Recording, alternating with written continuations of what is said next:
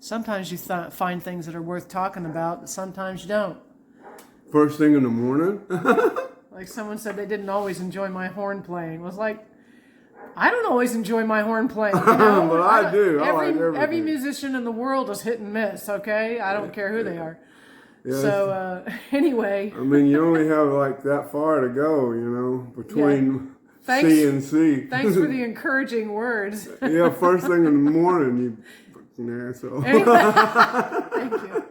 you.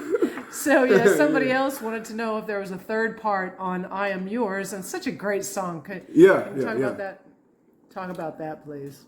Yeah, that's a lot more interesting than someone else's opinion on your saxophone playing, for crying out loud. Anyway, talking about ruffling my feathers, if I had feathers to ruffle, that's probably what happened to my hair.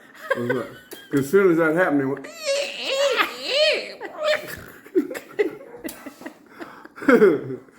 Yeah, you know, I'm of the mind, if you ain't got anything good to say, don't say nothing at all. You know, just keep your trap shut. You know, do everybody a favor, or somebody will talk about you.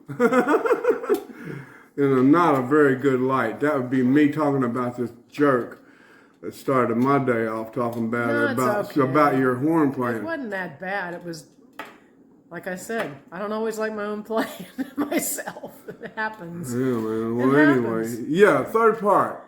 Yeah, third part. He got me off sidetrack there, you know, It's all right, thing. Anyway, third part. You're sweet. Somebody asked about my watch too. Yeah, well, let's not get off the track of things, but yeah. It's a Luminex, right? Luminox. Anyway, it's given to me for my upcoming birthday by my son Tim. And thank you, dear boy. As Keith Moon would say, dear boy. My dear boy. Third part on I Am Yours. We did when we did it. Didn't even know that was one that Eric just came up with. You know, it's not something we had rehearsed or anything like that. It just I'd never heard it, and well, when I did the two parts, and I heard a real warm, I don't even know how to put it as a third part. It's kind of a minor sound, and I am yours, that went in underneath and weaved its way through the other two. Just kind of fit in, kind of like clay or something, or you know, mortar and rock. Just kind of fit in the right places. I could hear it, and Tom Dowd didn't want me to do it. He said, it's just great just with the two parts. And I said, no, I really do hear this third part. It's just really, and then, because they didn't hear it, and then when I did it, it was like one take, you know, because it goes almost like some quarter steps between, you know, the big ones. And I could hear it. I didn't know if I was going to be able, just because I heard it, to sing it. But I did. It was like one take, first take, that was it. And it was perfect. I mean, it put this thing, it was like if you're trying to braid 3 pieces of leather with 2 pieces, you know. And then you put that third one in, and it magically gives it some beauty and moves like that. Yeah, I guess that's a good way to put that. And you say that was one take, right? Yeah. Well, that's pretty danged amazing. I got it, especially if you've never heard the song before. Yeah, but I heard the part. You know, it just came. It just was like clear as a bell. I said, thank you. When things like that happen, yeah. You know, my internal thank you for whatever that is. I mean, there's a creative principle of the universe that's always at work. And there's only the one creative principle. Now this is me, all right? This is me voicing something I haven't planned. But there's only this one. There isn't a creative principle of architecture, of map making, or or singing or playing. There's not of. It's like love. There's not all mama love, daddy love, sister, brother love, baby cat love, fish love, bird love. No, there's only the one. The one love, the one creative principle, one and the same. There's not a lot. There are different names of it. It's kind of like when I sang background harmonies with George on My Sweet Lord. He had all these Hare Krishna, Krishna Hare. He'd written all these names down for me to sing along with him. And it was like Hare Krishna, Krishna Hare, Hare Rama, Rama, Rama Vedu, Vishnu, yada. I mean, it was like on and on. And I said, what does all this mean? And it was just George and me putting the parts on. And he said, those are different connotations of the word God, all one and the same. I said, well, my dad was a Baptist preacher. We only heard about the one, and that was the hellfire brimstone God. But what I'm saying is there's this creative principle, you can call it, I prefer creative principle, because see, God is so broken up. That word is so broken up, and that people get confused about. I mean, somebody's worshiping this over here, worshiping that, and idolizing this and idolizing that. When in fact it's just this one thing.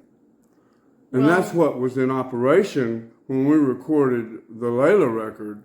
That's why it's so brilliant, because we stood back out of the way and let this thing operate through us. And in doing that, it operated as and for us. Just the same thing when I paint.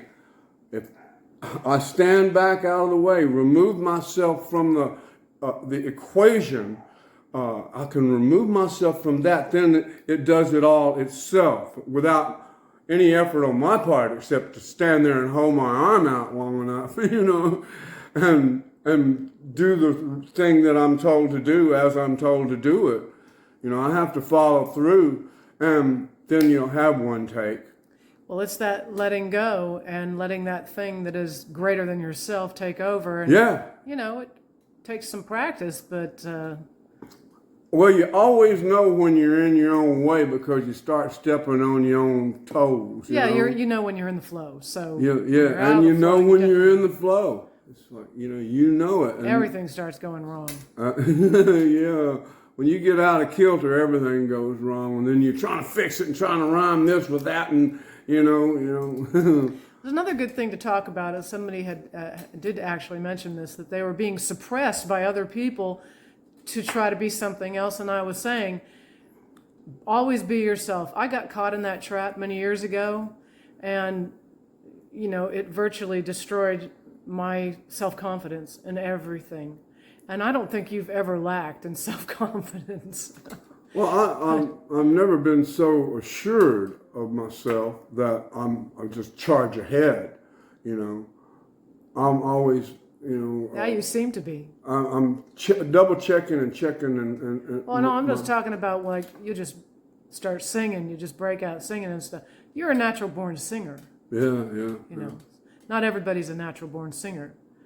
Like for myself, see, I don't think about it. I've had to work at it for the longest time. I don't even think about it.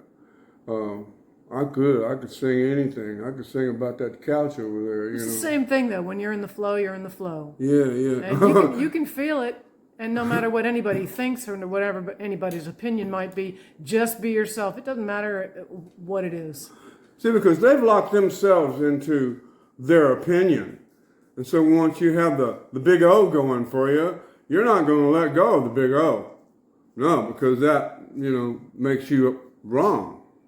And so when people got that opinion thing going, it's like that other thing. We all got one, but we all do have an opinion, and hopefully we keep things on the up and up. And it's not wrong to have an opinion and voice your opinion, Everybody's entitled to their own opinion. Yeah, but you can't stay closed off and go through life with blinders on. But if you're tearing people down, that's not just that's not an opinion. That's destruction. Yeah. That's destructive behavior, and I mean, I don't take it anymore. There was a time in my life when I did. No, hell and no. You did. And when you break out of that and you stop caring about people's opinions, set yourself free. You can move forward as a musician, as an artist, as a person, and anything that you do. As a person, yeah. So the reason I'm saying that is because we've had some people on the channel that have been like, people have said not such great things or made some comments about I don't understand try that. to keep it nice, folks out there. Yeah, I mean, if you haven't got something good to say, don't say nothing at all. Something constructive to say, don't say anything. You know, it's best to sometimes just let go and listen. Then because you might learn something. There might be something sets you free. Why not learn from somebody else? And I'm guilty of it myself. Not, I won't go into it or anything, but I think we all are guilty of not listening. Then you wake up and you go, maybe that person was trying to help me. Yeah, I used to be so, man, I mean, it's like, I did. I was charging straight ahead like this right here with blinders on. It was because it was, now not about singing or anything musical or creative and artistic, but it was about things that I did not know because I didn't want to sound stupid or dumb or, or not knowledgeable. But it affects your whole life. Oh yeah, including your music. Yeah. That's kind of like lying. Once you open that door,